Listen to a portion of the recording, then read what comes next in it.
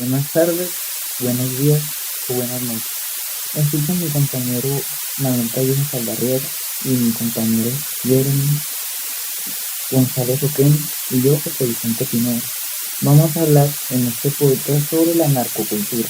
Empezaremos con algunos temas como en sí, que pues bueno, veremos que se refiere a la idea que se puede dar en sí es bastante común en varios países de Latinoamérica principalmente y en zonas de Norteamérica muy comúnmente, como lo son el ejemplo Colombia o México, siendo de los principales, en el que se indica que ser, entre comillas, un malandro, entre comillas, un criminal, un asesino, un ladrón, es algo positivo, pues indica una posición de poder.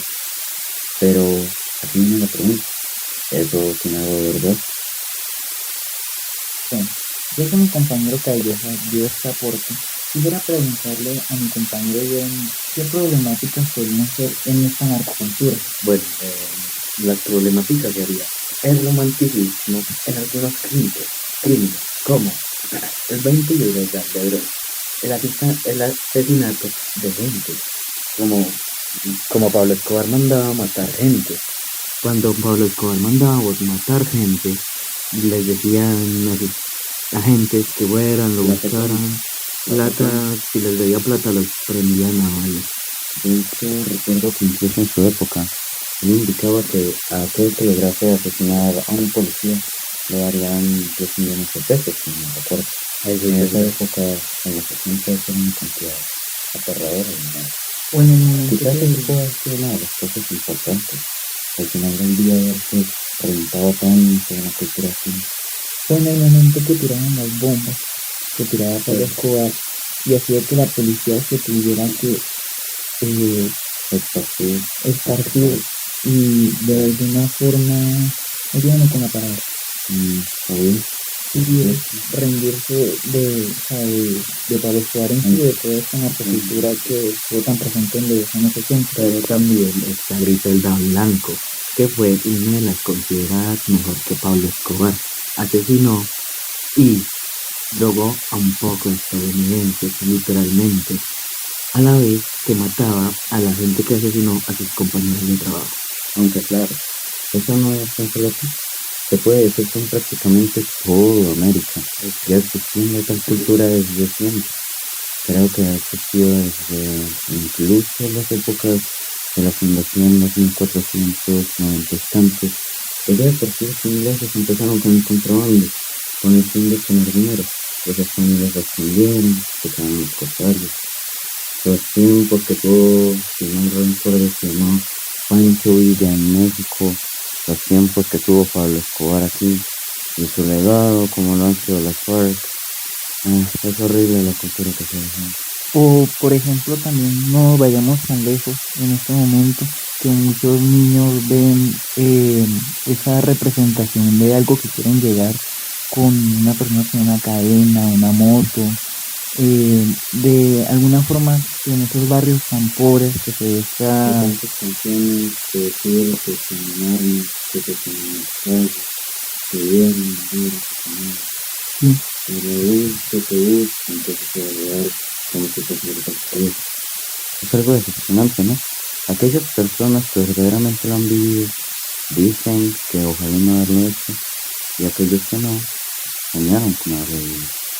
También puede ser que a la vez que cuando se crean el ejército que mata a cualquier persona, esos carteles, pueden ver que los niños a veces buscan de ese tipo de drogas y se unen a esos equipos para seguir asesinando y consiguiendo sus drogas para ganar dinero. No sé qué sucede, la Mara Salvatrucha, en la N19 en El Salvador, por ejemplo, hace muy pocos años tienen un ejemplo muy claro de ello, pero los niños no querían entrar, los obligaban. Como Pablo Escobar lo dice en su momento, lo que somos. Y hablando de El Salvador y todas las recientes situaciones que se han planteado ahí, con el contexto del M19 y la Mara Salvatrucha, que han hecho que, por así decirlo, el gobierno de Nayib Bukele haya hecho cárceles para que ya el SECOT para meter a esas personas. Sí. Yo he visto muchos documentales y he leído mucho de estos temas y he visto que no meten a cualquiera y meten a las personas más peligrosas que han delinquido. Y algo muy importante de esto, a ellos no les dan carne, no les dan ningún tipo de proteína, porque tiene el país. Ellos no comerán un solo gramo de carne hasta que cada salvadoreño pueda comer carne en las 3 comidas del día. Sí, y si sobra, podrán comer ellos. Bueno, y pensar que en ese momento que El Salvador es uno de los países más seguros de todo el mundo, que antes era un país demasiado peligroso con una tasa de 80 personas muertas cada día, y ahora no sé muy bien la tasa en ese momento, pero antes estaba la tasa de muertes cada día. Y con todos los problemas, de hecho hay muchos videos que retratan a todas esas personas, todos los niños que trataban de meter a eso, aunque obviamente no querían meterse por... sí, y algunos sí se metieron. Bueno, también hay partes en todos los países donde hay narcotráfico peligrosas. Aquí en Colombia podría ser por momentos asesinos, claro que fue en su momento el Bronx. Sí, ya. Ha sido uno considerable. En Bogotá también hay mucho narcotráfico. Aunque depende mucho de las zonas. Hay algunos, aunque claro, hay algunos barrios del centro de Medellín que no son muy seguros. Pero ahora que mi compañero Vicente ha tocado el tema de las cárceles de SECOT, hay algo que me extraña mucho y me deja una intemperie en mi mente, y es la, entre comillas, intervención que ha dado la ONU, la Organización de los Derechos Humanos a nivel mundial. ¿No les parece extraño que ahora estén velando por los derechos de todos aquellos que en algún momento violaron los de sus compañeros, pero que no interfirieron cuando ellos querían interferir? Claro, y por ejemplo, que la ONU trate de darle más derechos a las personas. O sea, por ejemplo, hay algo que desde mi punto de vista, mi punto personal, es que si una persona ya ha matado, ya ha violado, ya ha asesinado, ya ha hecho contrabando, ya ha hecho todas esas cosas, no se puede reivindicar a la sociedad, tiene que estar siempre en cautiverio. Aquel que deja de vivir en unión, aquel que deja de ser humano, no puede volver a ser. Si no tiene esa moralidad, no tiene ese punto de que siente, le pesa haber matado a otra persona. Se puede decir que esas personas, ese tipo de personas, la ONU les da unos años o días de cárcel por haber matado una persona, y pues a los años va a salir como si nada. Pues va a salir como si nada después de asesinar a una persona. Algo que me hace cuestionarme, pero que lo pienso tendría sentido, es que la ONU no interfiere como una organización de derechos humanos. Es una voz, es un libro, pero no aplicable, porque solo interfieren ahora. Pero ¿se dan cuenta de cuál es la extrañeza en El Salvador? Ahora mismo está controlado. No hay un peligro reciente. En la época en la que lo había, no podían hacer nada. Solo interfieren cuando no pueden sufrir un peligro. De hecho, en este momento que ya hay reformas que se hicieron en la parte de El Salvador, porque antes cuando metían a una persona de estas bandas, lo metían a la cárcel aproximadamente, tenía entre 10 años de condena. Y ahora, como ya se hicieron estas reformas, podemos ver que se hace la sumatoria de estas condenas, porque lo máximo antes eran 60 años de condena en El Salvador.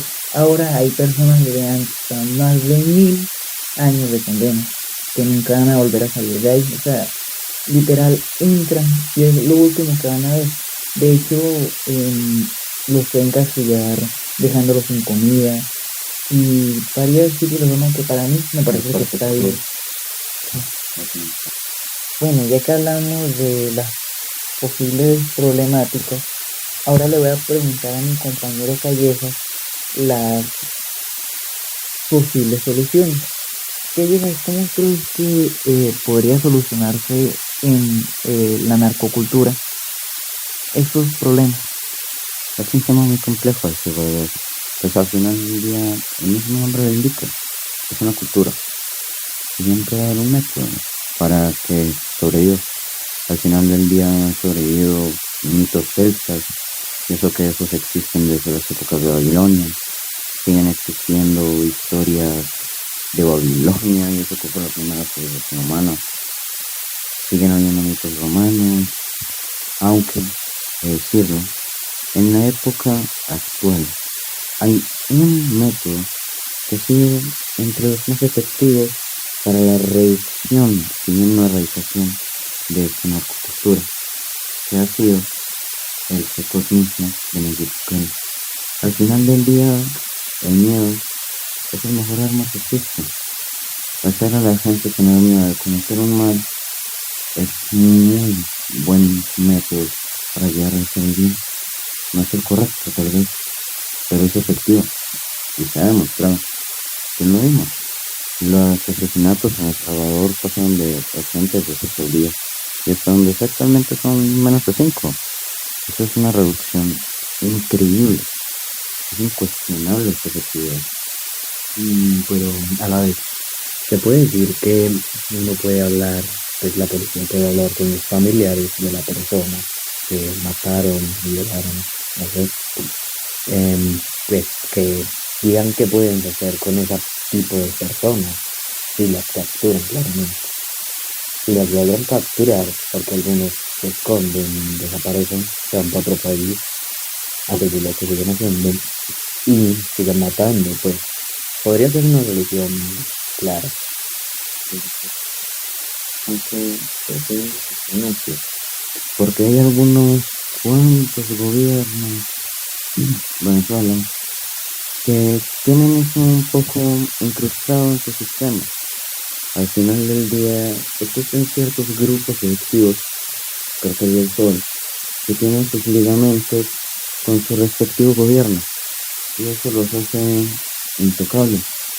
Y ese es el problema, que al menos dentro de las leyes de las Naciones Unidas, si es que se rompe algo, se supone que no está permitido hacer una invasión contra otro país mientras que no hay una guerra, pero se considera que aquel que inicia la guerra es automáticamente el malo sin importar sus objetivos. Así que es un poco complejo en casos así, sin mencionar, claro está, todas aquellas canciones que todos nos encontramos, que indican que la narcocultura es algo positivo, que hay que vivir la vida con un narco, pues al final del día ellos, para una mal, no han cometido ningún crimen, es libertad de expresión, pero al final del día, si plantas la semilla en la tierra, en muchos semillas, en esa misma tierra, ha de salir alguna. Ok. Bueno, ya ustedes dos hablaron de sus posibles soluciones, estoy totalmente de acuerdo con ellos, pero les voy a decir en mi opinión. Yo creo que en la parte de un gobierno debería ser de alguna forma dictatorial, pero tipo como lo que ha pasado con Nayib Bukele, volviendo en el tema de El Salvador, que si se presenta que un presidente es bueno para su país y todas las cosas que los hace sin corrupción, sin ningún otro problema, sí. Ahora, ¿qué pasaría si el presidente muere? No creo que debería seguir al poder alguien que lo ya controle los demás ministros y todo eso, sino que ya se deje la democracia para que el gobierno, o sea, bueno, el pueblo elija a su presidente. En el punto que si ese presidente está haciendo las cosas mal, el pueblo lo ve y nadie lo quiere, ahí sí se puede sacar en cualquier momento. Pero si ya llega un régimen de más o menos 5 o 10 años, que se ha visto que las tasas de ya sea mortalidad, economía ha subido o ha estado de la misma forma que el anterior presidente, ya se diría este tipo de forma dictatorial. Ese sería mi punto de vista. No sé si tienen algo más que aportar, compañeros. Haciendo síntesis lo dicho, ¿consideras que sería correcta una dictadura de un justo y que tras la muerte de dicho justo entrar en el método de la vieja democracia y que cuando se vuelva a encontrar a un justo, que éste vuelva a ser un nuevo dictador mientras que cumpla con lo mismo que el anterior? Es dentro de lo dicho no una idea, claramente, aunque tiene una sola falencia que es muy destructiva. Bueno, dos tal vez. Primero, ¿qué tanto crees que puede durar una persona mintiendo? Menciona 5 o 10 años. Te aseguro que una persona que sabe que va a pasar hasta los 60 años en su cargo, con todo el poder, puede cumplir unos cuantos días. Hasta los 30 o hasta los 40 y superar estos días. Y lo está bien, se considera justo. Siempre va a aparecer alguien que va a decir lo incorrecto y lo hará a su favor. Y lo va a comenzar. Claro, pero en eso, ¿acaso estás diciendo que en el caso de Nayib Bukele, ya cuando llegue un momento que lleve 30, 40 años en su poder, debería desertar? ¿O crees que todo su poder se le iría de las manos y empezaría a ser corrupto de alguna forma? ¿Qué piensas, Jerry? Pues, a ver, al pensar, pues, a la vez que dijiste lo del corrupto, se puede corromper al pueblo abonándole o a una sola persona, dándole un poco de dinero, a la vez que esa persona puede decir que él ha hecho cosas buenas. Es la corrupción. Se puede corromper y puede pasar más años, como 10, si esa persona dice que es buena, pues la persona que estafó. Para mi solución, pues, escojan un presidente que vean con un cargo bueno, como Pico, que Pico dio buenas opciones, Guardamos como, un poquito la política pero, a la vez que, pues, la corrupción sigue así, pues, ese presidente va a seguir estafando a gente para poder seguir en la presidencia. Y es. Yo lo que me refería es que, bueno, tras el deceso del primer justo, ¿cuántos justos crees que habrá? Por ejemplo, en Colombia, he de decir yo, desde mi perspectiva, que el último justo, no diré que un santo, que hubo mandando este país fue el segundo presidente, Santander. Y darse cuenta que de eso han pasado 200, 600 de años, 300 de hecho, con un periodo presidencial de 4 o 6 años, no recuerdo bien. Eso es una cantidad de por lo menos 50 presidentes. ¿Tienes que son 60? 70 más o menos. Y no han habido justos desde ese tiempo. Entonces, ¿qué tan fácil es encontrar uno? Claro, pues pienso que todas las personas que se meten a un cargo político tienen como ese deber que nacen con él de mandar y hacer que llegue un punto que su país esté bien, porque pues todos queremos que nuestro país esté bien, que suba la economía, que nuestras familias tengan un pan, que no haya delitos, que no haya asesinatos, que no haya violaciones. Pero claro, es muy difícil de saber si una persona puede o no llegar a un cargo político tan grande como ser un presidente de un país. Y pues eso es lo que creo que un presidente, en el caso como yo lo dije, más o menos 10 5 años, que se ve que está haciendo las cosas bien, pero ya llegaría a un punto que sí, que puede que lo gobierne el poder y esas cosas. ¿Tú qué piensas?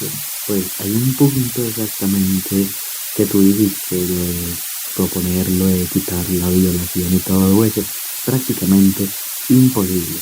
¿Por qué? Porque pueden haber gente que tiene malas intenciones y volver a hacer eso, volver a crecer y tener un problema.